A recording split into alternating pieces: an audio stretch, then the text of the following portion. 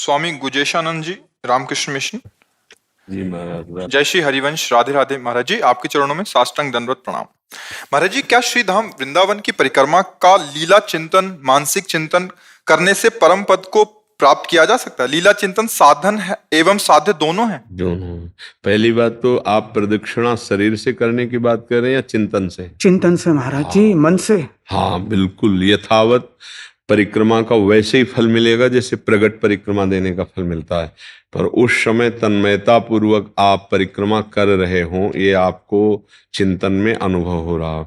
इस समय हम अटल्ला चुंगी पहुंचे, इस समय रमण रेती पहुंचे, इस एक एक कदम पूरा तुम्हारे दिमाग में। अब यमुना जी पहुंचे, आचमन किया, फिर प्रणाम करके परिक्रमा, आप ऐसे पूरी प्रदक्षिणा और मंत्र जप करते हुए, तो वो अगर 10 मिनट में हो जाती है, 15 मिनट में हो जाती है, तो उसका वही फल मिलेगा। और दूसरी बात, लीला चिंतन।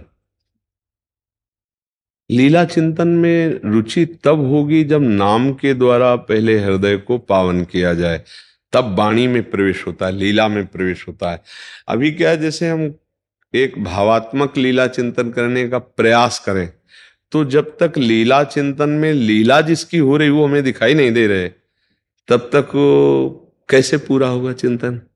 जैसे हम देख रहे हैं कि श्री कृष्ण चंद्रजू अपने सखाओं के साथ अमुक लीला कर रहे, तो हमें सखा भी दिखने चाहिए, श्री कृष्ण चंद्र भी दिखने चाहिए, और उनकी लीला भी दिखनी चाहिए। इतनी योग्यता बहुत ऊंचे अंतःकरण की होती है। बहुत, जो काम क्रोध लोभ मोह मद मत्सर से उठा हुआ अंतःकरण है, द्वंद्वैर विमुक्ता सुख दुख संगई विनिवृत्त कामा, इस स्थिति का जो अंतःकरण है वो लीला का है। तो हम क्या करें, पहले नाम का खूब चिंतन करो, लीला का गायन करें, लीला का अक्षरशः ऐसे गायन करें डूबते हुए कि मानो हम उसी लीला में हम भी सम्मिलित हैं। वो श्रवण कर रहे, उसका मनन कर रहे। पर चिंतन शब्द तभी माना जाएगा जब लीला अध्यक्ष दिखाई दे। हमारे जैसे पिया जो पीयू जी खड़े हैं महाराज जी, सखिया उनको पंखा कर रही है महाराज, पुष्प वृष्टि हो रही है, हम पुनः पुनः हम ही कुछ चंदन लगा रहे पिया जी के चरणों के अंदर में, पीयू जी के चरणों में। महाराज जी भाई पिया जी और पीयू जी नहीं, आप किस रूप में है? महाराज हम सखी के रूप में हैं। ऐसा अनुभव होता है महाराज हम चेष्टा भाई अब इस आए वही चेष्टा कर रहे हैं महाराज। चेष्टा और होना में अंतर है। हाँ महाराज जी, चेष्टा तो हम करेंगे पर होने में अंतर, स्वरूप की स्थिति में। इसलिए कह रहा हूं कि हम आप एक ही है ना महाराज ये तो आपके महानता है महाराज, हम तो हम आप एक। नहीं है तो अब इसमें पहले देह विस्मृत, बनिता पुरुष भाव मिट जाए, सेवय ललितादिक के भाय। पहले स्त्री पुरुष शरीर का अहम ना होना, मैं पुरुष हूं, मैं स्त्री हूं, इस भाव का विस्मरण होना। पांचों भूले देह सुधि, छठे भावना रास की। देह शुद्ध विस्मृत, अब ये आपको देखना है अंदर से। तो इसलिए कि अगर हम कहीं पीतल को सोना मान बैठे तो फिर जौहरी के सामने नहीं टिकेगा। ऐसे तो हम माने फूलेंगे, लेकिन जौहरी के सामने।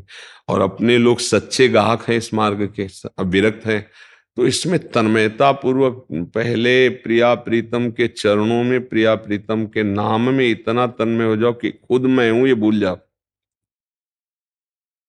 5 मिनट के लिए सही, जागृत अवस्था में सुसुप्ति अवस्था जैसी स्थिति आई है क्या कभी? देखना, आप देखना है ना।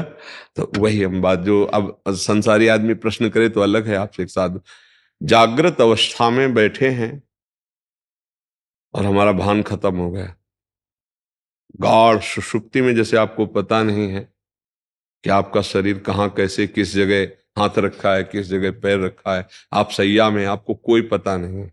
जगने के बाद पता होता है कि मैं बहुत गाढ़ निद्रा में सोया। ठीक उसी तरह जागृत, बिल्कुल सुषुप्ति नहीं पर शरीर भान रहित, अब वो भाव देश में प्रवेश कर गया।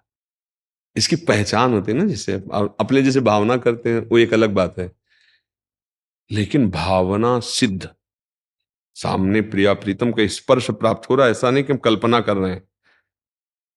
हम हैं किशोरी मात मानम किमी सुकुमारी नुकले, जो किशोरी जी हैं ठीक वैसे ही उनका जो चरण दासत्व प्राप्त किए सखियां हैं, उनकी किरणें हैं। किशोरी जी चंद्रमा है तो सखियां किरणें हैं, किशोरी जी की छाया की तरह हैं, प्रतिबिंब की तरह। प्रतिबिंब जैसे दूर, किशोरी मातमानम किमि सुकुमारी मुकले।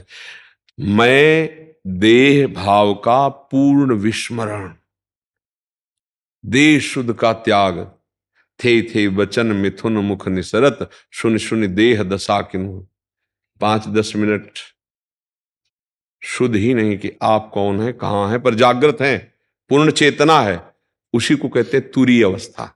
न जागृत, न स्वप्न, न सुषुप्ति, न तंद्रा। उस तुरीय अवस्था में कितनी देर टिकता है उपासक? मिनट, 5 मिनट, आधा घंटा, 1 घंटा। अगर नहीं तो अभी हमारी केवल बौद्धिक स्तर से हो रही है ना, तो स्वरूप बोध नहीं है, सहचरी बोध नहीं है। ये इसलिए हम खोलकर आपसे चर्चा कर रहे हैं क्योंकि हम आप एक है। हाँ, तो इसलिए अब इसके लिए पहले नाम का इतना जप हो कि बैठे बैठे भूल जाओ कि आप पुरुष हैं। इतनी गाढ़ अवस्था हो कि जागृत अवस्था में भी निद्रा के तुल्य शांत मन, संकल्प रहित बुद्धि, चिंतन रहित, मनन रहित, बिल्कुल शांत वो भगवदाकार वृत्ति। फिर जैसे सोया हुआ पुरुष जगा, ऐसे वो चैतन्य चेतना में रहते हुए फिर बाहरी दशा को प्राप्त होता है। अगर मिनट 2 मिनट आने लगे तो भी बात बनने लगे, मिनट 2 मिनट। और वो पर्सनल जो निज जन होते हैं वो उस दशा को, उनको देखते हैं, वो उस दशा को जानते हैं कि जागृत अवस्था में आंखें खुली है, चेतना युक्त है, चेष्टाएं युक्त है, पर वो नहीं है, वो नहीं है। शरीर यंत्रवत कार्य कर रहा, वो नहीं है। अब ये स्थिति, इसी को कहा गया महामाधुर्य रस की स्थिति। शांत भाव और दास्य भाव, सख्य भाव, वात्सल्य भाव, गोपी भाव, उसके ऊपर सखी स्वरूप महामाधुर्य रस। तो हमें लगता है कि हमको सही ढंग से अगर चले तो पहुंचने के लिए ही हमको मार्ग मिला है, पर इस मार्ग में जब तक कोई सहचरी का अनुगमन नहीं, तब तक हम सहचरी कैसे बन सकते हैं? ध्यान देने की बात समझ रहे ना आप? जैसे हम जेब काटने में प्रवीण बनना चाहते तो पहले किसी जेब काटने वाले के हथकंडे हमें सीखने होंगे। अगर हम ऐसे फंस जाएंगे, जेब जेब हिल जाएगी तो पिट जाएंगे। पहले उसके साथ जैसे नहीं होता, तो वो बताता है, हथकंडे बताता है, वो उसी की जेब काट के दिखाता है और फिर उसको समझ में आ जाता है कि ऐसे का। तो एक लौकिक सांसारिक निकृष्ट चेष्टा के लिए हमें किसी का गाइड चाहिए, तो हमें सच्चिदानंद भाव में, प्रेम भाव में, सहचरी भाव के लिए, तो इसीलिए जो आचार्य प्रकट हुए हैं, हिताचार्य हरिदास स्वामी हरिदास जी, ये आचार्य प्रकट हुए सहचरी बपू प्रदान करने के लिए। तो इनके मंत्र की, इनकी शरणागति के बिना सहचरी भाव का आना, इसलिए हमने आपसे टोक दिया। ऐसा बुद्धि से किया जा सकता है लेकिन स्वरूप में स्थित नहीं। अच्छा, ये स्वरूप की बात है कि मैं प्रिया प्रीतम को महावर लगा रहा हूं, मैं प्रिया प्रीतम के फूलों की वृष्टि कर रहा हूं, वो मुस्कुरा रहे हैं, और ये केवल भाव में ही नहीं है, वो है उसी समय। छिन छिन बिहरत संग, छिन छिन निरखत प्रेम भरी, छिन जस कहता भंग, यह जो कृपा हरिवंश की। बिना वृंदावन की रज और रसिक के ना पाई है, बिनु स्वामी या केली, विपिन बसत वैराग्य युत, जो लरिकाई खेल। ये इसमें आचार्य कृपा काम करती है। हम कहीं भी हों, पर जब हमको जो चीज जाननी होती है, हमें उसका गाइड करना पड़ता है। हम कोई भी हों, हमको उसका गाइड स्वीकार करना। मतलब हम किसी भी पुरी में जाएं, किसी भी धाम में जाएं, वहां के हमें दिव्य दर्शन करने जगह जगह, तो हमें गाइड चाहिए जो जानकार हो, उस मार्ग में ऐसे चले, और गाइड के अनुसार ही चलना होता है, तब हम वहां पहुंच पाते हैं। ये सबसे बड़ा महामाधुर्य रस है। इसमें जैसे ऐसे करें ना, तो उसकी पहचान है कि आप कै मिनट देह रहित होते हैं, तब उत्तर आएगा कि अभी नहीं। ब्रह्म तेज को ज्योति जहां योगेश्वर धरे ध्यान, ताही को आवरणता नहीं पावे को जान। जैसे ये अपने घर की बात है ना, इसलिए अच्छा, आप जैसे ब्रह्मबोध की तरफ बोले तो उसी मार्ग से आए, इसलिए हम वहां भी कसौटी रख देंगे कि ये स्थिति है। क्योंकि ईमानदारी से हम आप भगवत मार्ग के पति का तो मिथ्या बोलना तो है नहीं। तो फिर हम सच्चाई के मार्ग पे पहुंचना चाहते हैं। तो यही बात समझनी है, क्योंकि लीला चिंतन का तात्पर्य लीला अध्यक्ष सामने हो। जिसे वेद कहता है रसु वैशा रसम हेयम लब्ध्वा आनंदी भवतु, उसे रसिकों ने वैसा कह के नहीं बात किया। रस ही की मूर्ति दो ये रसिक लाडली लाल, रस ही सो बिलसत रहे रस भरे नयन विशाल, छैल छबीली सहचरी छैल छबीलो लाल। ऐसे घेरे हुए हैं और छैल छबीली प्रियाजू, और वो उसी रूप में उसी भाव में ऐसा डूबता चला गया कि देह शुद्ध गई। अब आचार्य कृपा से मंत्र कृपा से उसे सहचरी बपू प्राप्त हो। वो जैसे आप चाहे जागृत में हो चाहे स्वप्न में हो, आप इसी वेश को देखेंगे, आप कभी पैंट शर्ट पहने अपने को नहीं देखेंगे, क्योंकि ये देहाभिमान हमारे अंदर है। ये देह को अगर हमने भगवा वस्त्र पहनाया था तो तब स्वप्न में भगवा वस्त्र में देखते थे, और जब तो ये वस्त्र देखेंगे। और जब इन दोनों का भाव खत्म हो जाए और जागृत में भी और स्वप्न में भी और सुसुप्ति में भी सहचरी ही रहे, तो उसे कहते हैं भाव देह की प्राप्ति। जागृत स्वप्न सुसुप्त स्फुरत में राधा पदाब्जत छटा, सहचरी भाव और राधा पदाब्जत छटा एक साथ होती है। प्रियाजू के चरणों के समीपता और सहचरी भाव दोनों एक ही बात है। मतलब प्रियाजू का साक्षात्कार और सहचरी भाव एक, बिना भाव से साक्षात्कार नहीं, बिना साक्षात्कार के वो भाव देह नहीं। तो आचार्य कृपा गुरु कृपा, तो अभी खूब नाम जप करो, मंत्र जप करो, लीला खूब गायन करो और प्रियाजू से प्रार्थना करो कि आप कृपा करके हमको मार्ग दो, जिससे हम भाव देश में हर समय आपकी सेवा कर सकें। प्रथम जो परिक्रमा वो तो प्रगट वृंदावन है।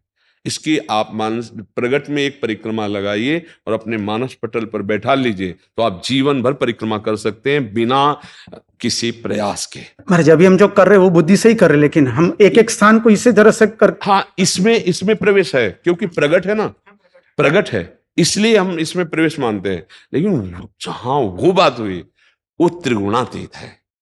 त्रिगुण से रचे हुए शरीर का भान रहते हुए उस स्थिति में प्रवेश नहीं होता। हाँ, उस स्थिति में प्रवेश होता है देह भान रहित। वो 1 मिनट का तो 1 मिनट का प्रवेश हुआ, 5 मिनट का तो 5 मिनट में प्रवेश हुआ। पर आप अपना अनुभव कर सकते हैं, सामने वाले का नहीं।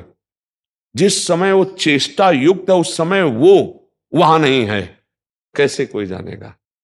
चेष्टाएं हो रही हैं। जैसे सिद्ध महापुरुष आचार्य जन हुए हैं तो प्रभु की प्रगट सेवाएं कर रहे हैं, व्यवहार में सबसे मिल रहे हैं, बात कर रहे हैं, पर वो एक क्षण भी प्रियाजू से बिलग नहीं है। तो उनका स्वरूप वहां स्थित है और श्री जी के प्रताप से यंत्रवत चेष्टाएं बिल्कुल सांगोपांग हो रहे, इसलिए कोई समझ नहीं पाता कि स्थिति क्या होगी इनकी।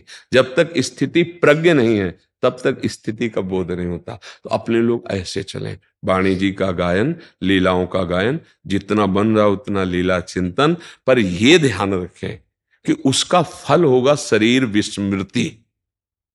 कितने सेकंड, कितने मिनट, जब तक शरीर स्मृति है तब तक भाव देश में प्रवेश नहीं हुआ है। ये खास बात होती है। देहाभिमान ही शरीर स्मृति है, देहाभिमान में मूढ़ता बनी रहती है। मैं मानसिक परिक्रमा करता हूं, मैं लीला चिंतन करता हूं, इसमें वो अहम सुरक्षित है। जब ये भी भूल जाए केवल लीला चिंतन हो रहा है और मैं खत्म हो गया, और उसी लीला में देखा कि जो मैं है वो लीला पात्र बना हुआ है, वो सिद्ध महापुरुष होता है, रस सिद्ध कहा जाता है। तो वो कुछ ही गैर को नहीं होना, अपने के लिए ही है मार्ग। हर सिद्धावस्था हमारे लिए, मनुष्य देह इसीलिए दुर्लभ कही गई, हर स्थिति प्राप्त कर सकते हैं, पर अनुगमन, अगर रस क्षेत्र में प्रवेश करना है तो रसिक महापुरुषों का अनुगमन। रे मन रसिकन संग बिन रंच न उपजय प्रेम। हाँ, बिना रसिक संग के ये रंग नहीं चढ़ता। भगवत रसिक, रसिक की बातें रसिक बिना को समझ सके ना।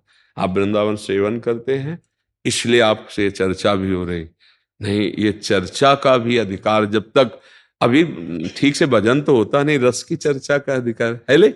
हाँ, इसलिए खूब नाम जप कीजिए, वाणी गायन कीजिए और थोड़ी देर असंग होकर बैठना सीखिए। सेवाएं मान लो रामकृष्ण मिशन में, आप तो सेवाएं तो है ही हैं, लेकिन कुछ मिनट ऐसा निकालिए जिसमें असंग होकर बैठ गए, जहां हाथ रख दिया, चांचल्यता शून्य बैठे, भले ही नाम का ध्यान करें पर चांचल्यता शून्य बैठे, धीरे धीरे खो जाना सीखिए। खो गए, मिनट, आधा मिनट, 2 मिनट, 4 मिनट, 5 मिनट, फिर जो आनंद अनुभूति है वो धीरे धीरे देहाभिमान को गलित करेगी। वो आनंद अनुभूति ये केवल बुद्धि से नहीं होता, ये आनंद से होता है। आनंद की अनुभूति में देह भाव विस्मृत होता है।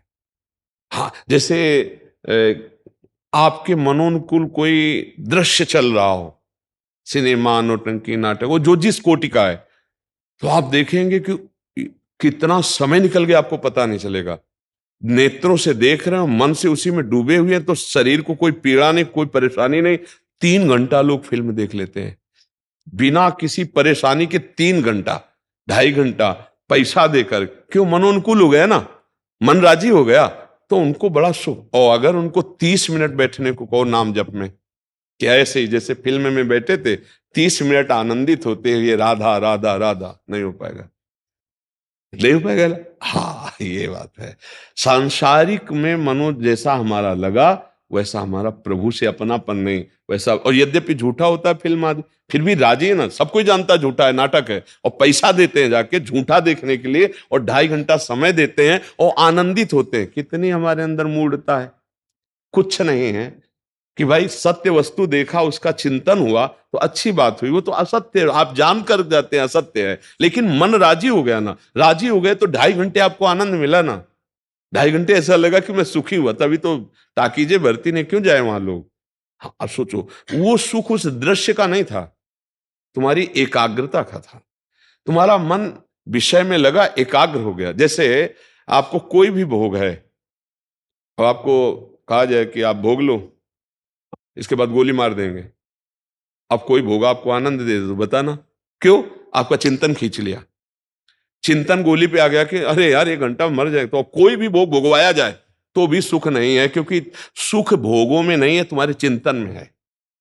और भगवान सच्चिदानंद सुख सिंधु हैं, पर उनका चिंतन नहीं बनता, ये समस्या है। ऐसा चिंतन बन जाए कि हम भूल जाएं 2 घंटे, जैसे फिल्म में भगवान की लीला में, मैं कौन हूं, मैं एक संत हूं, वृंदावन में बैठा हूं, मैं भगवान का चिंतन कर रहा हूं। ये अभी नहीं हो रहा। जब ये भी भूल जाए कि मैं चिंतन कर रहा हूं, केवल चिंतन हो रहा है, अब वो लीला प्रवेश का अधिकारी धीरे धीरे धीरे। पर उसमें ये स्थिति तभी आएगी गुरु कृपा ही केवल। अब कोई रसिक महापुरुष, हाँ, आज के सत्संग में कहा था कि जो ये रस है, शिव श्रीपति यद्यपि ललचाही, सबकी समझ में नहीं आएगा। शिव श्रीपति यद्यपि ललचाही, मन प्रवेश तिन्हों को नाही, यारस को तबहि अधिकारी, कृपा करे जब राधा पर। निगमागम की कौन चलावे, महाविष्णु के मन नहीं आवे, यारस को तबहि अधिकारी, कृपा करें जब राधा प्यारी, कृपा लाडली तबहि करें जब श्री हरिवंश जो कर से धरे। रसिक शिरोमणि जब आचार्य गुरु कृपा कर देते तब इस रस का अधिकार प्राप्त हो जाता है। इसलिए कृपा पात्र हैं आप, भगवत कृपा पात्र, धाम सेवी हैं, खूब नाम मंत्र में लगिए। प्रियाजू से प्रार्थना कीजिए कि आप किसी अपनी निज सहचरी का आंतरिक आश्रय दे दो। बाहर से भगवा वस्त्र भले बना रहे, अंतर से आश्रय हो जाए तो लीला में, जैसे नारायण स्वामी थे तो बाहर से भगवाई वस्त्र में थे, लेकिन प्रिया प्रीतम के रंग उन्हीं का है। नारायण या गौर श्याम को हृदय निकुंज बस ये, आज इन दो उन पे बल जाइए। हाँ, प्रिया प्रीतम में अनुराग, और सन्यासी थे, बेस सन्यासी था और हृदय रसिक था। तो वृंदावन के रसिकों के संग से ऐसा रंग चढ़ा कि प्रिया प्रीतम का अनुराग जागृत हुए। ये देश ऐसा है, इसमें प्रिया प्रीतम का रंग आ ही जाता है। पर रसिकों की गाइड अत्यंत आवश्यक, उनका बिना अनुसरण के इस मार्ग में चला नहीं जा सकता है। तो आप खूब नाम जप कीजिए। से एक प्रार्थना कर देते हैं कि जैसे होली का त्योहार है तो आप लोग साधु समागम का लाभ प्राप्त किए आकर के वृंदावन में, तो शराब मत पीना, मांस मत खाना, उद्दंडता मत करना। ये उत्सव भक्तों के हैं। हम जो हमारी संस्कृति में जितने उत्सव हैं वो भक्त और भगवान को लेकर ही है। ये होली का उत्सव भागवतिक उत्सव है। प्रहलाद जी की रक्षा का उत्सव, प्रहलाद जी जो बच गए ना होलिका दहन, तो हम सब रंग गुलाल ऐसे खेलते। तो हम क्या करें कि खूब ये रंग गुलाल खेलें, लेकिन शराब, गंदे नशा का, एक दूसरे को कालिख पोतना, नालियों में फेंकना, ये जो गंदा राक्षसी कृत्य है, ये सब आप लोगों में नहीं होना चाहिए, क्योंकि आप कृपा पात्र हैं।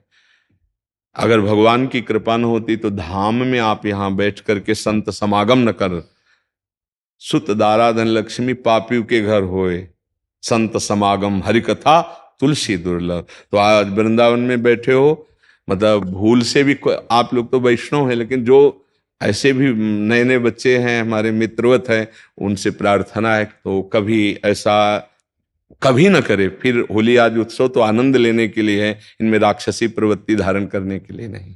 जी। महाराज जी, आप हाई कोर्ट से सारे वकील हैं जो सफेद में एडवोकेट हैं सारे, तो आपका सत्संग सुनते हैं महाराज जी? और मतलब सबने काफी जनों ने दारू और मीट अंडा शराब जो भी गलत आचरण थे जो आपके उपदेश से पहले तो धन्यवाद आप लोगों का कि आप हमारी बात सुने, आप हमारी बात माने। देखो, बात की कीमत मानने से है। आपने मान लिया तो हमारे अहोभाग्य और आपके भी अहोभाग्य, हमारा बोलना सार्थक हुआ और आपका जीवन जो निरर्थक जा रहा था क्रियाओं में, वो सत्य कार्यों में अब लगेगा। जो अर्थ निरर्थक जा रहा था, जो समय निरर्थक जा रहा था, जो चिंतन निरर्थक जा रहा था, उसी को यदि हम राधा नाम में लगाएं तो हमारी सार्थकता हो जाएगी। अगर किसी का कोई प्रश्न हो तो बताइए। जैसे किसी को भी कोई सदग्रंथ या वाणी जी हम उपहार स्वरूप दे सकते हैं कि किसी अपने प्रिय जन को, ताकि उसका भी आगे सुधार हो सके? पर उसका भाव देखकर, अगर उसका भाव है कि मैं रोज पाठ करूंगा, अगर आप मुझे दे देंगे, जैसा आप कह रहे हो वैसा मैं चलूंगा, उसका आदर करें। कहीं ऐसा ना हो कि भगवत स्वरूप ग्रंथ का, वाणी का कोई अनादर कर दे, जैसे ऐसे ही लेके गए अलमारी में रख दिया, ऐसे ऐसे नहीं। उसका आदर है कि वस्त्र से आवेष्टित करके और रोज उसका हम स्वाध्याय करें, वाणी जी का गायन करें, तो उसका आदर हुआ। ऐसे लेके रख दिया तो अनादर हो जा। तो हम ऐसे को उपहार दें जो अधिकारी हो, अधिकारी इच्छुक हो, प्रभु के नाम जप का, प्रभु की लीला गायन का संपूर्ण चराचर जगत अधिकारी। पुरुष नपुंसक नारी वा जीव चराचर कोय, सर्वभाव भज कपट तज मोय परम प्रिय सोय। पर हमको ही देखना है कि अधिकार वो उसका सदुपयोग करेगा या दुरुपयोग करेगा। जैसे आपका मित्र है कोई और वो आपको पता है कि ये सतमार्ग में चलना चाहता है, तो फिर हम उसको देते हैं कि देखो आप इसको जरा रोज पाठ कीजिएगा और इसको जरा स्वाध्याय कीजिएगा, और फिर देखो आपको कैसा लगता है। अब ऐसे मित्र है लेकिन वो अनाधिकारी है, वो आपकी बात नहीं मानता, वो सतमार्ग को नहीं मानता, वो आप दोगे तो आपका भजन छीन होगा। वो लेकर के ऐसे रख देगा, तो उस ग्रंथ का, उस वाणी का अपमान करने के कारण आप बने। तो इसलिए कभी भी हम, जैसे हम ही अपने ऐसे कभी अपने हाथ से माला, ग्रंथ, ये चीजें नहीं देंगे। वो तभी देंगे जब अधिकारी समझ में आ जाएगा। तो नाम हम कीर्तन सबको सुना सकते हैं, भगवत चर्चा सुना सकते हैं, लेकिन विधान जो जैसे मंत्र है, नाम है, उपासना है, अब वो अधिकार आरत अधिकारी जब पावें, गूढ़ तत्व न साधु दुरावें। तो ऐसे ही जैसे आप के सत्संग में सुना है जीव का कल्याण ऐसे होता है, ये नहीं करना चाहिए, ये सुना देते हैं। इसके बाद अगर उसकी जिज्ञासा बढ़ती है कि मैं इस मार्ग में कैसे चलूं, तो देखो ये अष्टयाम पाठ है, ये चतुराशी जी है, ये सत्संग है, इनको आप सुनिए। आप इनको ऐसे देखकर, अधिकारी देख करके दीजिएगा, कहीं कोई अनाधिकारी उसका अपमान न कर दे। ठीक है महाराज जी, जैसे कुछ लोगों की इच्छा है कि जैसे वो जुड़ना चाहते हैं, जैसे हम कहते हैं तुलसी जी का पाठ कीजिए, पहले वो कीजिए, तो फिर उनको लेके दें या उनको बता दें बस फिर? हाँ, वैसे पहले बता दीजिए, फिर जब वो आपसे एक दो बार कहे, वो आपसे मांगा था आपने दिया नहीं, और अगर आज का तो नया सिस्टम है क्या, उसका संबंध बता दीजिए तो बहुत बढ़िया रहेगा। वो तो करवा देते हैं। हाँ, आप वहां से पाठ कर तो आपका, हाँ, अगर वो नहीं भी करेगा तो मोबाइल में, हमने तो हाथ में तो दिया नहीं कि कहीं रख देगा। आप समझ गए ना वो। और उपदेश में जो हमने सत्संग में सुना है, वो मित्रवत हम बोधयंता परस्परम, भगवान की आज्ञा है, परस्पर हम चर्चा कर सकते हैं सत्संग की, शास्त्रों की। मच्चित्ता मदगत प्राणा बोधयंता परस्परम, परस्पर बैठकर भगवत चर्चा। और अगर कहीं आपके संग से दो चार लोग नाम जप करने लगे तो जीवन सार्थक हो जाएगा। हमारा कार्य यही है, सबका मंगल करना, तो हमारा मंगल अपने आप हो जाएगा। तो ये बात बहुत उत्तम है कि जहाँ चार लोग बैठे उनमें भगवत चर्चा करो, उनको भगवान नाम में लगाओ, उनके बुरे आचरण छूटें, कभी सत्संग सुना के, कभी शास्त्रों की बातें करके, तो ऐसे ही तो परस्पर सुधार होता है।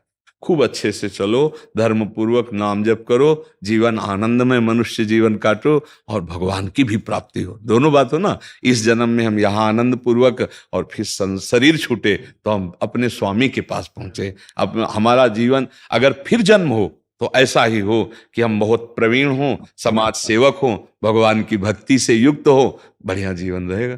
फिर हमें भय नहीं है, 1000 बार जन्माओ, सरकारी आदमी होकर कहीं भी भेजो, व्यवस्था आपको करनी है। होता है ना सरकारी आदमी, या आपको अमेरिका जाना है तो वहां सब वीआईपी व्यवस्था होगी आपको, जाने का, आने का, खाने का, पीने। तो ऐसे ही जब हम भगवान के हो गए तो हमें संसार में भी भेजेंगे ना, तो ऐसे भेजेंगे कि पूरा संसार देखेगा, देखो भगवान के भक्तों की तरफ कैसा। तो शुद्ध मार्ग हमें भक्ति का जो मिला है, ये लोक परलोक और अनंत जन्मों को सुधारने वाला है, इसलिए इसे मत छोड़ना। चाहे जैसा दुख आवे, चाहे जैसी परिस्थिति आवे, राधा राधा राधा उसको काट लो। बड़े बड़े संतों को भोगना पड़ता है, ये संसार का स्वरूप है ऐसा, संघर्ष ही यहाँ का जीवन है। लड़ते रहो पर हारो मत, राधा राधा राधा, तो लोक परलोक सब बन जाएगा। ठीक है।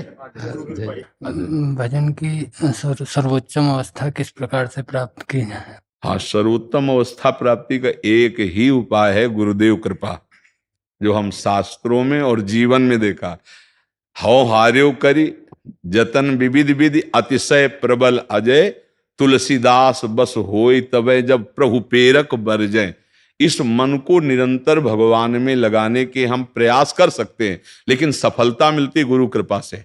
गुरु कृपा ही केवलम, गुरु प्रसन्न तो साहब अनुकूला, मिटी सकल कल्पित भय सूला, जे गुरु चरण रेणु अनुरागी, ते लोकों वेदों बड़ भागी, श्री गुरु पद नख मनिगन ज्योति, सुमिरत दिव्य दृष्टि ही होती, बंदो गुरुपद कंज कृपा सिंधु नर रूप हरि, महामोह तम पुंज जासु बचन रवि कर निकर। आज तक जिसने भी ऊंचाई प्राप्त की है उसमें मूल बात केवल गुरु कृपा है। साधन पक्ष तो गुरु कृपा से पुष्ट होता है, और साधना से नहीं। सच्ची बात कहते हैं, अगर किसी को कभी कुछ लाभ मिला है तो एकमात्र गुरु कृपा ही केवलम, गुरुदेव की कृपा से। तो साधन पक्ष तो पुष्ट हो ही जाएगा जो गुरुदेव कृपा पात्र है, गुरु आज्ञा में चलता है। अच्छा, साधन पक्ष में यदि हमारी बुद्धि रही तो अहम पुष्ट होगा, और अहम पुष्ट होगा तो बात बनेगी नहीं, उच्च अवस्था आएगी नहीं। और गुरुदेव कृपा में तो गुरुदेव के शासन में रहने वाला अहंकार रहित हो जाता है कि नाम जब कर चल रहा तो गुरु कृपा से,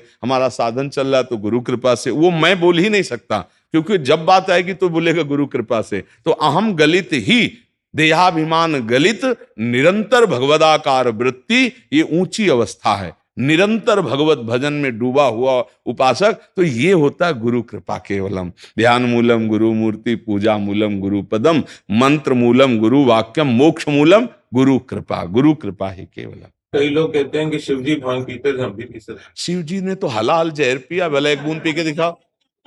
ये सब कोई जानता है कि नहीं? समुद्र मंथन में जो पहला हलाहल विष निकला भगवान शिव ने पिया। तो आप करो, शिव जी कोबरा को गले में डाले रहते, एक बार कटवा के दिखाओ।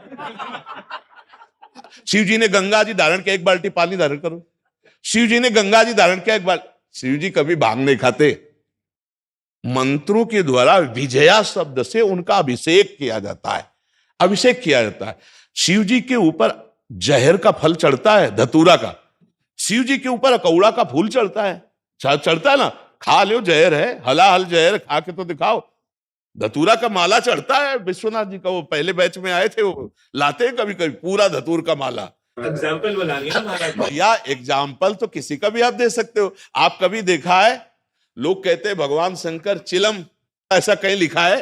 अरे ये सब अपने मन के विलास हैं। वो जगत की रक्षा के लिए हलाहल विष पिया, समझ रहे ना। और भगवान शिव जो है वो शिव ही हैं, उनके जैसा कोई त्रिभुवन में नहीं है। वासुकी नाग का यज्ञोपवीत पहने हुए हैं, भयंकर फणधारी विषधर उनका माला है, और गंगा जी जटाओं में है। ऐसा परिवार देखा है? देखो, शिव जी का वाहन नंदी और भगवती का वाहन बबर शेर। 1 मिनट में नंदी को खा जाए, लेकिन दोनों चैन से रहते हैं, नहीं रहते? अच्छा, और आगे बढ़ो, कार्तिकेय जी का वाहन मयूर है, मयूर है ना, भगवान शंकर के गले में सांप, मोर सांप का बहुत बड़ा आहार करता है। अच्छा, सांप का आहार गणेश जी का वांचू हुआ है ना, कहीं झगड़ा देखा? बिल्कुल शांति से पूरा अरे शिव की समता कोई कर सकता है? शिव तो शिव है। व्यसन करने में शिव को मत ला यार कि भगवान शंकर नशा कर। अरे यार वो तो परमात्मा है यार, वो तो महादेव, देवाधिदेव महादेव है। नहीं, ऐसा नहीं है नंद किशोर शास्त्री जी, राजस्थान। जी। राधे राधे महाराज जी, आपके चरणों में कोटि कोटि प्रणाम। महाराज जी, हम ब्राह्मण बालक हैं, हम पूजा अनुष्ठान इत्यादि कार्य विधि पूर्वक संपन्न करवाते हैं, लेकिन विवाह आदि महत्वपूर्ण कार्यों में जहां वेद मंत्रों का हवन पूजन होता है वहां लोग शराब पीकर बैठ जाते हैं। हद तो तब हो जाती है जब दूल्हा भी शराब पीकर बैठता है, समझाने पर भी नहीं मानता, फिर हमें बहुत ग्लानि होती है, क्रोध आता है, अश्रद्धा होने लगती है। हम सभी ब्राह्मणों का समाधान कीजिए महाराज। हाँ, बहुत उत्तम प्रश्न है आपका समाज के मंगल के लिए, क्योंकि वैदिक मंत्रों के उच्चारण की एक मर्यादा है। आज वो मर्यादा दोनों तरफ से खंडित हो रही है। ना तो प्रवक्ता को कोई व्यसन करना चाहिए और ना श्रोता को, ना तो कर्मकांड कराने वाले ना कर्मकांड करने वाले, दोनों को उस समय व्यसन रहित होना चाहिए। माना कि कोई ऐसा है जो जैसे छोटे मोटे व्यसन ग्रस्त है, लेकिन उस समय तो पावन अवस्था में हो, वैसे तो चाहिए सबको व्यसन रहित होना चाहिए। मानव जीवन व्यसन की अधीनता के लिए नहीं मिला है, पर जब दैत्य लोग भी अनुष्ठान करते थे तो व्यसन रहित होकर ही करते थे। फिर यहाँ तो मानव जीवन है, तो क्या हो गया कि अर्थ की प्रधानता से हम वैदिक महिमा को भूलते चले जा रहे हैं। प्रधानता अर्थ की हो गई है कि वो आपको 51,000 रुपया देगा, जहां चाहे बुला सकता है, जहां चाहे वो करवा सकता है। इससे हमारे वैदिक गरिमा क्षीण होती है और वो प्रायः हो रही है। आप अपने ब्रह्मणत्व और वैदिक सिद्धांत की रक्षा के लिए जब प्रश्न किए हैं तो ऐसी जगह से अपनी पोथी उठाए और चल देना चाहिए। हम पैसे में बिकने वाले नहीं, हम वेदों को बेचने वाले नहीं हैं। हाँ, हम वैदिक अनुष्ठान कराते हैं, इसके बाद आप कुछ भेंट रख देते हैं, उससे परिवार का पोषण होता है, वो ठीक है। अगर ये पवित्रता नहीं है तो हम वैदिक मंत्रों का उच्चारण नहीं करेंगे। पर ऐसा यदि आप करने लगे तो आपकी पांडित्य, जो पंडिताई है, वो बहुत ही कमजोर हो गई। ऐसा पर अर्थ का प्रवाह जो अंदर हमारे बैठा हुआ है, वही आज हम आप समाज को तो देख ही रहे हैं। अर्थ पे बिकना ये वैदिक सिद्धांत नहीं है। आप देख लीजिए, क्या ऐसा नहीं, सामाजिक कारण होता है जी, है? पड़ोस का कारण होता है। नहीं, आर्थिक, हमें एक बात इसमें पहले हम आपको शुद्ध करने की बात कह रहे हैं कि हमारे जितने वैदिक सिद्धांत के ब्राह्मणत्व को धारण करके अनुष्ठान कराने वाले हैं, अर्थ की प्रधानता को पहले छोड़ें तो सामने वाले जजमान को सुधरना होगा। इसलिए सुधरना होगा कि अगर आपको उन पंडित जी को बुलाना है तो नशा नहीं करना है। आप ऐसे व्यसन से युक्त होगे, वो नहीं आएंगे। जो शुद्ध मंत्रों के ज्ञाता है वो उपस्थित होकर के मंत्रानुष्ठान ऐसी जगह नहीं कर सकते कि सामने वाला शराब पिए बैठा है या उस एरिया में कोई मदिरापान किए हुए बैठा है और हम वहां वैदिक मंत्रों का उच्चारण कर रहे हैं। जो बिल्कुल अनाधिकारी सामने बैठा हुआ है, वो होम क्या आचमन करने योग्य नहीं, जो मदिरा पी करके सामने बैठा हुआ है। अब उसे हम कैसे करवाएं? तो इतना बड़ा निष्ठ हो जाने से अर्थ की भावना का त्याग करना होगा पहले। कर्मकांडी उस महान भगवत मार्ग के विद्वान को, उसको पहले अर्थ की भावना का त्याग करना होगा। नहीं, आपको विवश होकर परिवार चलाने के लिए ऐसों का ब्याह कराना पड़ेगा, फिर इस प्रश्न का कोई महत्व नहीं रहेगा। अर्थ की प्रधानता में वो कहीं भी कोई बैठा ले, और जब अर्थ की प्रधानता नहीं तो आपकी शर्त होगी कि अगर हम ब्याह कराने गए, दूल्हा या उस समय उस मंडप के नीचे विराजमान कोई शराब पिए होगा तो हम उठ के चल देंगे, हम ब्याह नहीं कराएंगे, हम वैदिक मंत्रों का उच्चारण नहीं करेंगे। पर इतनी क्षमता अर्थ त्यागी के अंदर ही आएगी। करते हैं जी, बात भी करते हैं, कोई शराब पिया हुआ नहीं आना चाहिए जी, तो कहते हैं नहीं आएंगे पंडित जी। जी, तो हम जाएंगे जब देखेंगे कि ऐसा माहौल है तो उठ के चल देंगे। बीच में कोई अचानक आ जाता है कि हम नहीं, हम अचानक वालों की बात नहीं करते, हम केवल बात करते हैं जजमान और उसके परिवार की।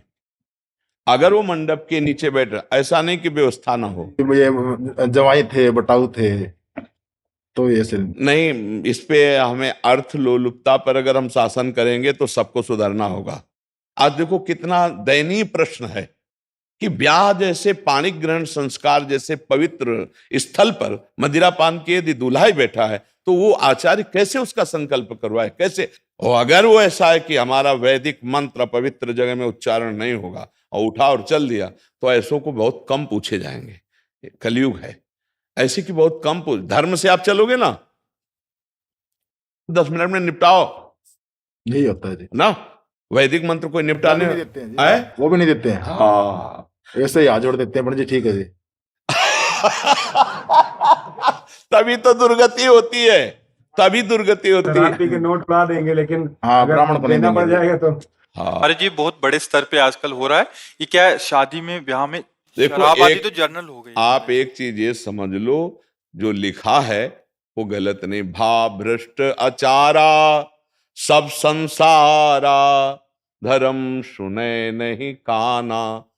जब वैदिक मंत्रों से, ब्राह्मण के आशीर्वाद से, अग्नि के आशीर्वाद से पाणी ग्रहण किया जाता था तो आजीवन वो गृहस्थ मंगलमय और बड़ी ही शुद्ध पवित्र बच्ची हो या बच्चे राष्ट्र सेवी भक्त ऐसे, यानी क्योंकि उनका संस्कार ही शुरू से पड़ा है। अब गंदे आचरण, पवित्रता शरीर की नहीं, अब उनको ब्याह का क्या मतलब? उनको एक है कि यार कर दो यार, अरे 2-4 मंत्र बोलो यार, उनको पता नहीं मंत्रों का क्या बल होता है। जीवन की सुरक्षा और पवित्रता वो ब्राह्मण अपने मंत्रों के द्वारा ऐसा कर रहा है। तो बहुत दयनीय स्थिति हो रही है, दयनीय स्थिति है। आज हमारे समाज में कोई ऐसे बिरले लोग होंगे जो व्यभिचार या व्यसन या गंदी बातों को त्याग करके गृहस्थी धर्म में चल रहे हों, नहीं तो उनको इससे कोई मतलब नहीं। उनको केवल मतलब रह गया अपनी इंद्रियों की भोग विलासिता और पोषण से। अच्छा, ब्राह्मणों के प्रति जो वैदिक सिद्धांत से चल रहे हैं उनके प्रति महत्व तब बढ़े जब पवित्रता हमारे विचार में हो। दूसरी बात, आज ब्राह्मण अपने स्तर से गिर गए हैं, आपको ये मानना पड़ेगा। एक की गलती से शास्त्रों ब्राह्मणों की तरफ दृष्टि होती कि बुलाओ तुम्हारे घर बैठ के करेंगे, वो सोफा में बैठे हैं, पंडित जी नीचे बैठे हैं। करते भी है महाराज जी। वो आए, हाँ, करते भी है महाराज जी। ये आज हम अपने धर्म, त्रिकाल संध्या और वैदिक मंत्रों का अनुष्ठान और धन की वृत्ति का त्याग, कोई पूछेगा ही नहीं आपको, कोई नहीं पूछे, लेकिन वो पूछेगा और वो आपको मंगल प्रदान करेगा। अच्छा, उससे किसी को मतलब नहीं रह गया। आपको हम सच्ची बताएं, कुछ ऐसे ब्राह्मण हैं जो आप जैसे धर्म के विषय में सोच रहे हैं, नहीं तो आज केवल ब्राह्मणत्व का, पांडित्य का प्रयोग अर्थ प्रधानता रह गई है, अर्थ प्रधानता रह गई। वो कौन है, कैसा, इससे कोई मतलब नहीं। गाड़ी में बैठो और वहां चलो, थोड़ी देर पर मंत्र बोलो, तुम अपना काम देखो, हमारा काम हो गया, बस। आज यज्ञोपवीत का मान है, ब्राह्मण बालकों से हम पूछ रहे हैं, यज्ञोपवीत का मान है? कई वर्ष में यज्ञोपवीत होता है? केवल ब्याह के समय एक संस्कार मात्र हो जाता है, उतार के खूंटी में टांग दिए, क्या ब्राह्मणत्व रह गया? अगर त्रिकाल संध्या करने वाला और ठीक समय पर यज्ञोपवीत हुआ है और आज भी ऐसे यज्ञोपवीत लेकर साफ दे दे, तुरंत लागू ना हो जाए तो हमें बताओ, लेकिन है कहां? ये सब समस्याएं दोनों पक्ष से हो रही हैं। अगर हम धर्म के स्तंभ हैं, ब्राह्मणत्व वैदिक सिद्धांत ये धर्म का स्तंभ है, सनातन धर्म का स्तंभ है। अब स्तंभ अगर लड़खड़ा जाए, देखो अगर 5 संत अपवित्र आचरण कर दिए तो 5 लाख संतों को गालियां मिल गई। अगर हमारा ब्राह्मणत्व सही है, वैदिक सिद्धांत सही है, हम वेद बेचने वाले नहीं हैं, हम वेद के द्वारा जगत मंगल करने वाले हैं, तो आपको कोई पूछने वाला नहीं, कोई बिरला एक आध पूछ ले। तो अब आप अपने स्वरूप से इसीलिए गिरेंगे अगर अर्थ की प्रधानता रही, भैया अब जैसा चल रहा है वैसा चल रहा है, हम भी गए, खाया पिया और जो बोला 2-4 पंडित जल्दी, हाँ कितने मिनट में कर दें? बोले 20 मिनट में कर दो, 20 मिनट में हो जाएगा। अब आपने तो भेंट ले ली और कर्मकांड पूरा नहीं किया तो वो भेंट आपको भी नुकसान करेगी, और उसने कर्मकांड कराया नहीं तो उसका कोई लाभ मिला नहीं उसको, तो दोनों तरफ से हानि हो रही है। अब इसको संभालने के लिए बहुत कठिनता हो गई, राज जी बीच में बोलने के लिए माफी चाहते हैं। ऐसे एक विषय पे अगर और प्रकाश डालेंगे आप जी। कि जैसे कि किसी की डेथ हो जाती है, मृत्यु हो जाती है, तो जब हमने अपने यहाँ यशोदा नगर में क्रियाघर बनवाया है, अब वहां पे जो महापात्र होता है उसको देने तक में कि इसमें भैया अरे इसकी क्या जरूरत है, 9 दिन में निपटा दो, 3 दिन में हाँ, निपटा 3 दो, दिन में कर निपटा दो। दो, ये तो ये सब ये क्या है कि मतलब उन लोगों को अरे जिंदा तो रोटी नहीं देते, मरने के बाद पिंडदान या उनके लिए कौन दान करेगा। आज के समाज का स्वरूप आप देख रहे हैं, बूढ़े माता पिता को जवान बेटा संपत्ति पैर छू के लिखवा के घर के बाहर कर दिया। आपकी बात मानते हैं, अगर आप थोड़ा सा प्रकाश डालेंगे तो जरूर। नहीं, हम तो प्रकाश डालने के लिए क्या हम कह सकते हैं, हम तो सबसे पहले सबसे प्रार्थना करते हैं कि व्यसन छोड़ो, व्यभिचार छोड़ो, मांस खाना छोड़ो, तो आपकी बुद्धि शुद्ध होगी, तो आप अपने कर्तव्य का पालन कर पाएंगे। आज कर्तव्य के से विहीन प्रायः लोग हो रहे हैं ना। ये तो बहुत बड़ी पारलौकिक उन्नति के लिए होता है। जैसे आदमी पधारा ना, तो 10 दिन जो नियम लिए जाते हैं, उसमें जो ब्राह्मण आदि की पूजा करके उनको दान दक्षिणा, उससे उस जीव की उन्नति होती। लेकिन देह में रहते हुए उससे प्यार नहीं किया तो मरने के बाद कौन प्यार।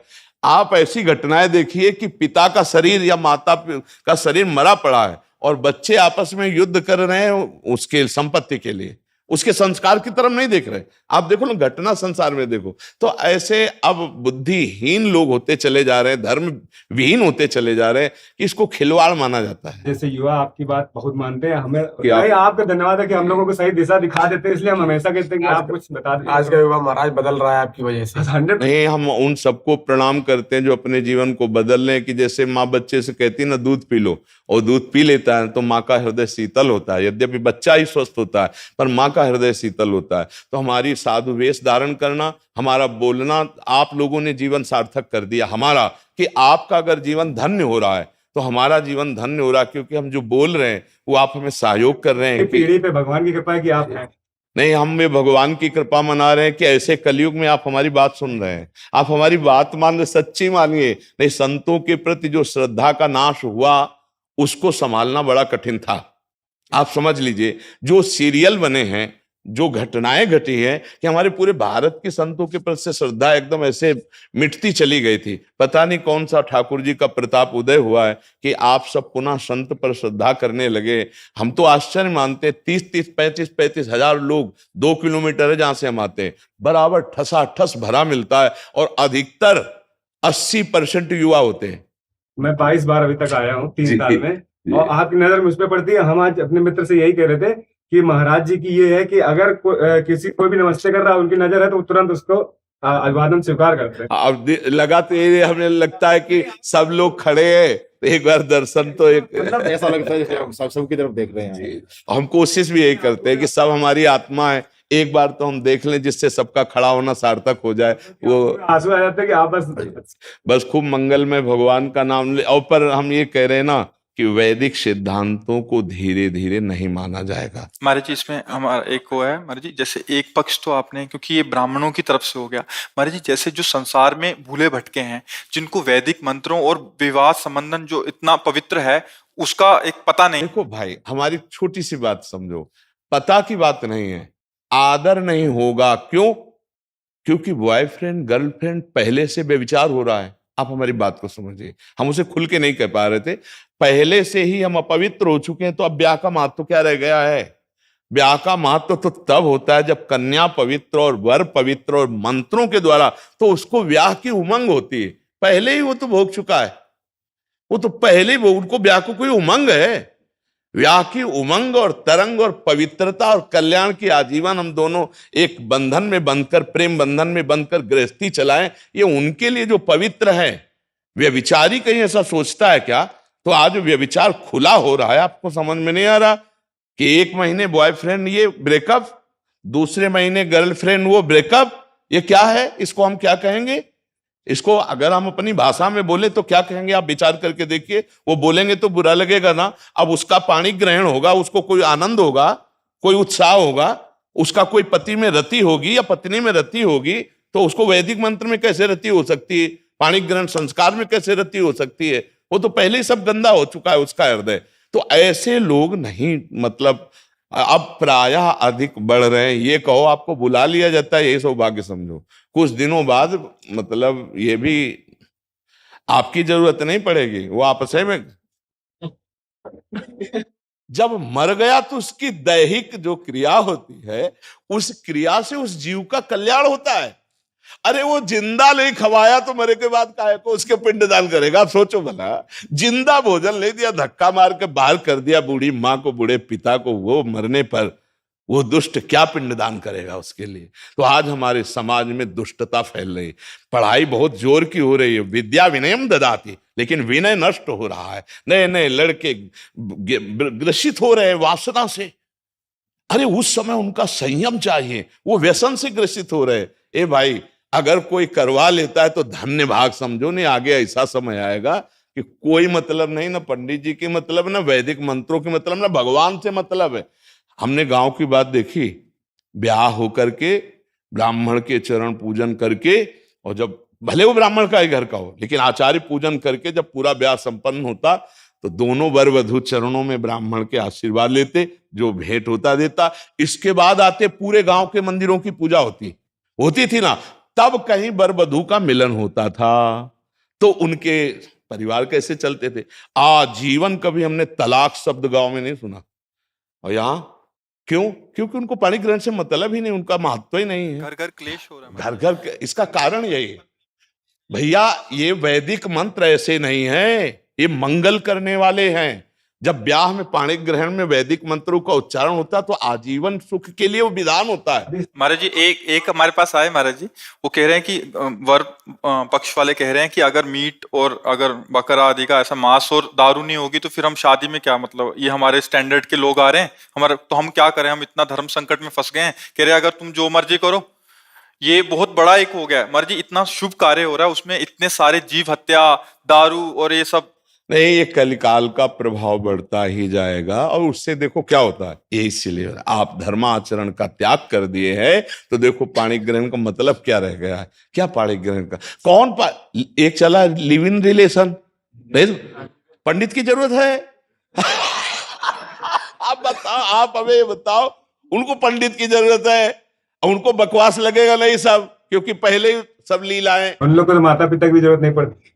तो भैया मतलब बहुत संभल के किसी तरह जी लो और धर्म से चल लो तो तुम्हारा धन्यवाद, नहीं तो आपको भी गिराएगा समाज।